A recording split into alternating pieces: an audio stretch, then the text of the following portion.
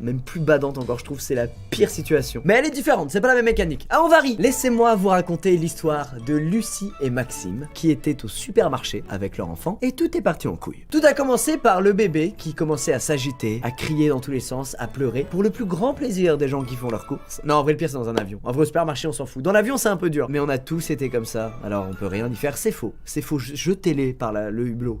C'est horrible ce que je dis. Tout a commencé par un petit caprice du bébé. Bon, vous savez, c'est un bébé, il a ses petites phases. Et donc, Maxime, le père, l'a pris et l'a amené sur le parking pour pas déranger les gens qui faisaient leurs courses. Oh, Maxime, il respecte bien les gens. Hein. Lui, l'individualisme, il connaît pas. Lui, c'est le monsieur parfait. Moi, le bébé, il pleure, je regarde les autres et je leur dis chais. C'est ce qui t'attend quand t'auras un enfant. Chais. Après, j'ai une mentalité de merde. Maxime l'amène donc dans sa voiture sur le parking pour lui faire un petit tour. C'est ce qui endort beaucoup les bébés. Moi-même, je crois, quand j'étais petit, ma mère faisait ça pour m'endormir. Voilà. Il en avait que pour 10 minutes. Donc, Lucie est restée dans le magasin et a continué de faire les courses. Mais elle voyait ce qui se passait sur le parking. Mais alors, qu'est-ce qui s'est passé sur le parking? Très badant. Une femme marche vers Maxime qui se tient bien droit dans la trentaine, taille moyenne, bref, rien d'affolant en apparence, tout l'inverse. Elle te met complètement en confiance. Précision importante, Lucie qui raconte l'histoire nous indique que c'est pas rare que des gens viennent les voir pour poser des questions sur le bébé, jouer avec leur bébé, etc. Ce qui explique pourquoi Maxime n'a pas réagi en mode affolé tout de suite. Les siestes de ce bébé étant très importantes, Maxime s'apprête à dire à la femme que non, ça va pas être possible de jouer avec lui, mais la femme s'approche avec une démarche déterminée et avant même qu'il puisse terminer sa phrase, la femme prend le porte-bébé dans lequel se trouve le bébé et s'en va. What? Maxime reste sous le choc. Il lui faut quelques secondes pour réaliser ce qui se passe. Est-ce que quelqu'un vient vraiment en plein jour de prendre mon bébé au calme?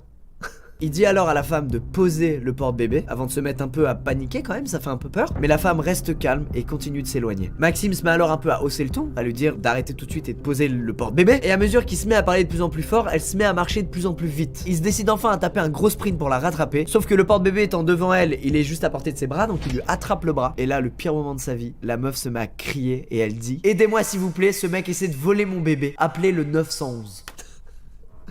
Non! Elle lui met un coup dans le tibia et elle sort une gazeuse de son sac à main. Le réflexe vraiment comme si une femme était agressée pour de vrai et qu'elle cherchait à se défendre. Sauf que là c'est elle la kidnappeuse et lui il a rien fait, c'est son bébé, c'est horrible. Tous les gens du parking n'ayant pas vu ce qui s'est passé juste avant, ils se retournent et ils voient une femme avec une gazeuse dans la main, qui est bien habillée, qui est propre sur elle, qui a un porte-bébé. Et à côté de ça ils voient un mec avec un t-shirt Deadpool, c'est Lucie qui le dit, c'est pas moi. N'ayant pas le contexte et vu l'urgence de la situation, ils se jettent sur Michael et ils le mettent à terre. C'est pas le truc le plus injuste et horrible. C'est pas toi le méchant de l'histoire et tout le monde croit que c'est toi, c'est horrible. Les gens conseillent à la femme qui a volé le bébé d'aller porter plainte, de pas laisser Michael sans punition. Et la femme sort son meilleur jeu d'acteur, elle joue celle qui est bouleversée, qui réalise pas ce qui vient de lui arriver. Et elle dit non, je veux juste rentrer chez moi et oublier ça, je veux juste rentrer chez moi, laissez-moi, merci. Michael la voit alors ouvrir la porte de son minivan, la voiture la moins rassurante du monde, finalement la voiture complètement cliché du kidnappeur d'enfant, vraiment c'est celle-là. Et les gens continuent en attendant la police de maintenir Michael au sol, bloqué comme ça, il peut pas bouger. Il voit son bébé partir au loin avec cette femme et il peut rien faire à part crier et dire que c'est lui le père et que c'est son bébé,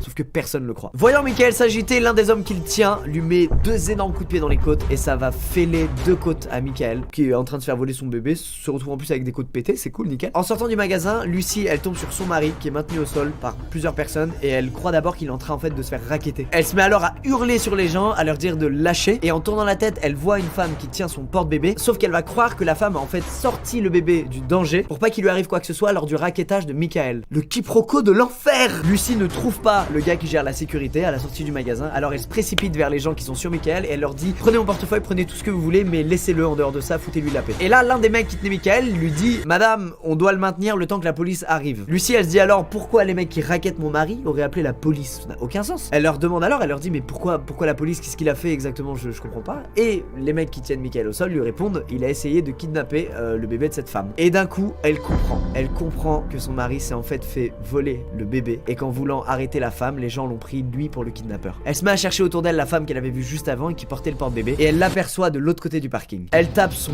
meilleur sprint vers elle, elle lui tire hyper fort les cheveux à tel point que la femme laisse tomber le porte-bébé et elle se jette sur le porte-bébé pour le recouvrir et que plus personne ne puisse toucher à son bébé. La femme est alors montée dans son minivan, elle est partie et personne n'a essayé de l'arrêter. Personne. L'injustice de toute cette situation, le quiproquo de toute cette situation est absolument horrible. Tout est horrible. C'est fou, ça montre vraiment que quand on voit une scène, mais qu'on n'a pas le contexte, qu'on n'a pas ce qui s'est passé avant, on peut complètement se tromper sur la situation. C'est vraiment horrible. Et à cause de ce truc-là, ce couple-là, ce jour-là, a failli se faire kidnapper leur bébé quand même. C'est ouf. Ils ont vécu un truc parfaitement injuste et horrible. Et bon, ils s'en sont remis depuis, mais c'était très traumatisant. Lucie explique ensuite qu'ils sont rentrés chez eux et qu'ils ont juste pleuré pendant des heures avant d'aller chercher leurs 3 autres enfants à l'école et de faire comme si rien de tout cela n'était arrivé. Voilà.